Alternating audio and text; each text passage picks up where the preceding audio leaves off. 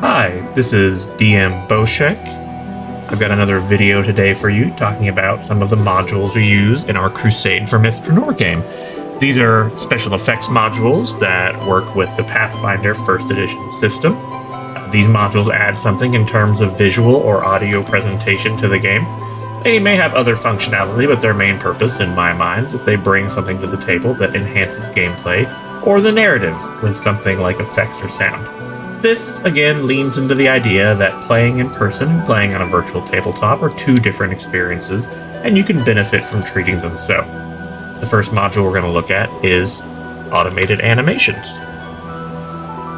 This module does a lot. It's currently maintained by the Ripper, so we're going to see a couple of those here today, and we're going to look at the template section just for starters. This allows you to assign animations to specific abilities from a character sheet or an actor to only work on that item, or you can add things to the animation library, which is what we're looking at here. You can edit specific abilities, create a general one here, and what it's going to do is it's going to look for this word when you use the ability, and it's going to play that animation based on whether it's a template or a targeted ability or a ranged attack. You can add sound effects, you can have the ability to export your presets to share them with your friends or save them as a backup on your computer. I've built animations in my own games here for the sessions we run, and I've sent them to another one of our DMs who also uses Foundry, and we use them in his game as well. This lets us automate things like teleportation effects as well, both visually and functionally. You can see automated animations in work here with this blue dragon. We're going to go ahead and pop off a breath weapon. That is completely wrong. Blue dragons have a line breath weapon, so I'm not sure why this actor is incorrect. We'll go ahead and use it just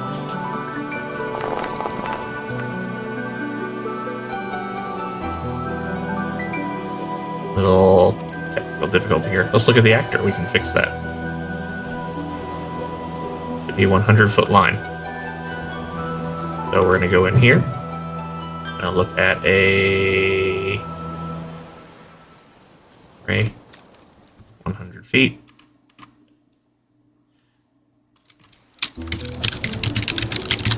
I believe the animation in our library is under blue dragon breath.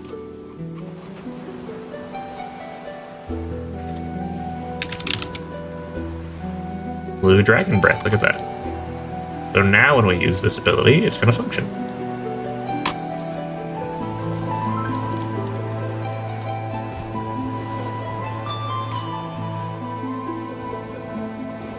There's the line we were expecting. Select a few of these characters and knock off our lightning effect. There it is. That's beautiful. This handles less impressive things that are still very fun for everyone involved.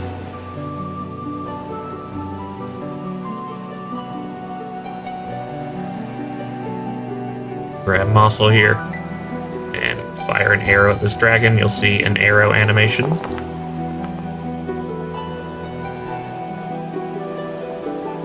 There it is. I do find this module is a little laggy sometimes, but as you may guess, we were kind of module heavy. You can add delays to the animation or the sound effects to kind of keep them up with everything. The next module we're going to be looking at is automated evocations. This is another module by the Ripper, and this lets us set up summons so that our players can pull things off of their character sheet without having the DM to do it. So if you have like a familiar or common summon monster or eidolon or magic item that makes something, you can give them the power to put these effects down. You can tie these to the actor, or you can tie them to the player. Let's pop over to one of our common maps. Spoilers for some things that are in the distant future for you.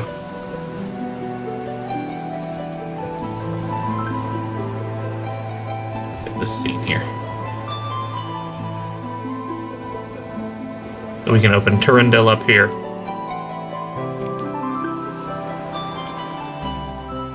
We can go to his Opinions tab. He's got a spiritual weapon he casts sometimes. We can put that spiritual weapon right down there. That, as an actor that's under his control, he can move it. It's properly tied to his character, so we can do spiritual weapon things. It's worked for things like summons, if you had goats, or other abilities. This character here, she has some wondrous figurines, so she can summon different goats. These have same functionality. Flap that down, just like that. There you go. Those will be under that player's control. This is an excellent time saver, and it adds a fun little layer of autonomy for the players.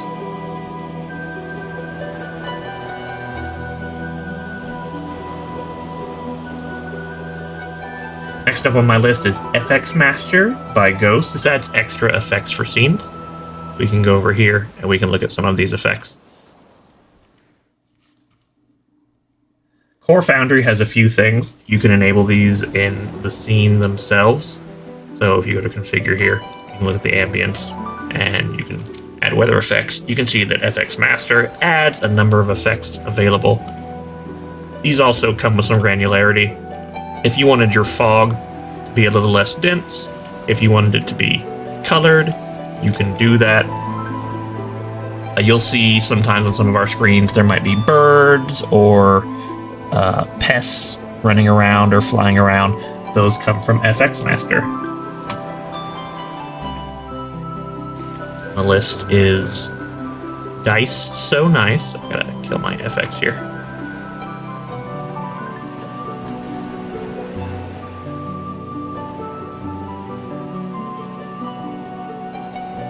So next on our list was Dice So Nice. I'm going to let you in on a little secret.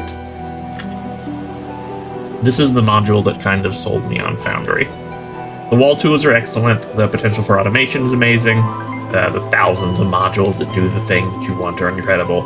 And having your fireball go boom and show up on the screen makes me smile every time. But I saw the core dice rolling clacking across my screen, and I watched a couple videos of modules that were available. This came up. And I was hooked. Now, I use these red dragon dice for myself in these games, but there are tons of options for what you can be doing, and you can combine these to look and feel however you want.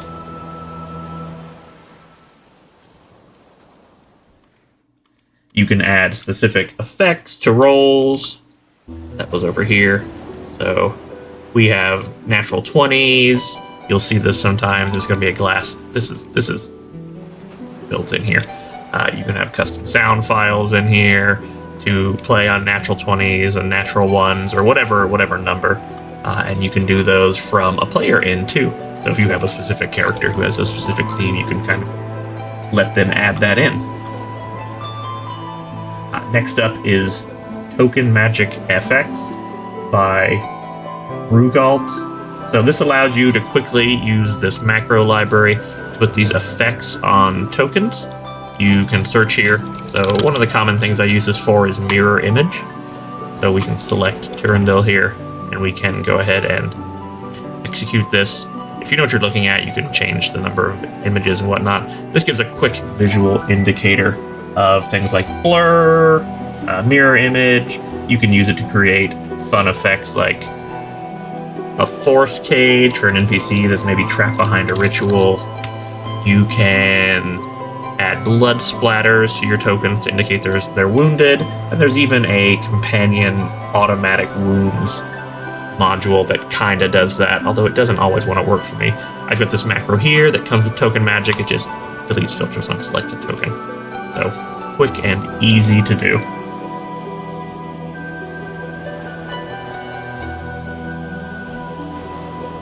The next one I want to talk about, and you're going to be seeing more of this gradually. You might have checked out our character introduction video for Jade to see this in action. But when I have enough prep time, I'd like to create a narrative scene. So this is conversation where you can have multiple actors on a scene. Let's pull these up. We add these to stage using this on their character sheet, and we can pull the stage up. This is Theater Inserts by Paki Tsukibe. This lets us have in-character conversations with the focus on the characters and not just tokens in a background. I really like this. I didn't use this as much in our previous seasons because before version 12, this module killed the chat bubbles that will pop up when a character is talking. But now, it works a lot better. Now, Moss's text should show up there, but I don't have this fully set up for what I want it to be doing. It should be.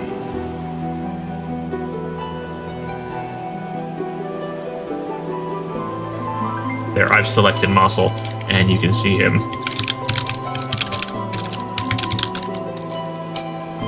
Having his text come up.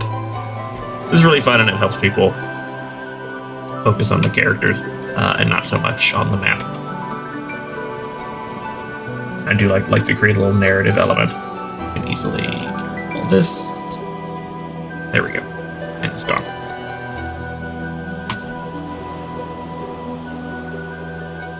The next one I want to talk about is Scene Transitions by 4535992. This is another module in the vein of theater inserts.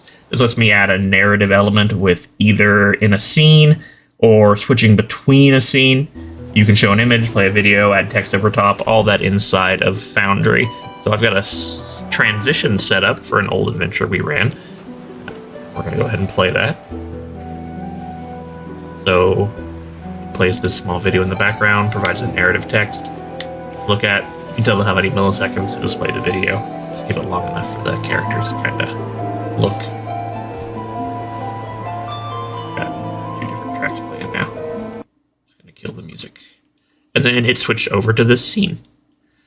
That's a great little narrative tool that you can kind of draw the attention to what's going on, put the players on a scene, reset the mood, set the mood. A nice little favorite of mine. You will notice over here we've got a lot of music. We've got ambient music, we've got battle music, we've got a small soundboard. Some of this is things that I've looted from soundboards off the internet or from game files that might be on my computer, but a lot of this comes from Tabletop RPG music by the Tabletop RPG music team and Ivan Duch by Ivan Duch. These are both music repositories. They're free modules you can download and add to your Foundry game. There's libraries that don't add functionality, but they do give you access to great resources. Next up is Tile Scroll. Let's go to the Gliding Ruin. You've seen the Flying Castle here. This showed up in our very first Castle of Krellin adventure. And you saw things like boats on a river earlier. So this module lets you create a parallax effect with a background tile. This just uses the tile controls, and you can add a parallax option to these right here. You can pick a direction, you can tell it how fast to go, you can have offsets and a number of other small options that you may or may not want to mess with. You can do this to good effect with transparencies, because what both of these are is this is a tile and this is a tile. So this one is well above the scrolling ground to kind of create the look that the castle is floating through the air. These clouds, and I think there are birds somewhere around here. There were birds, are courtesy of FXMaster that we talked about earlier. All this comes together to create a really cool scene.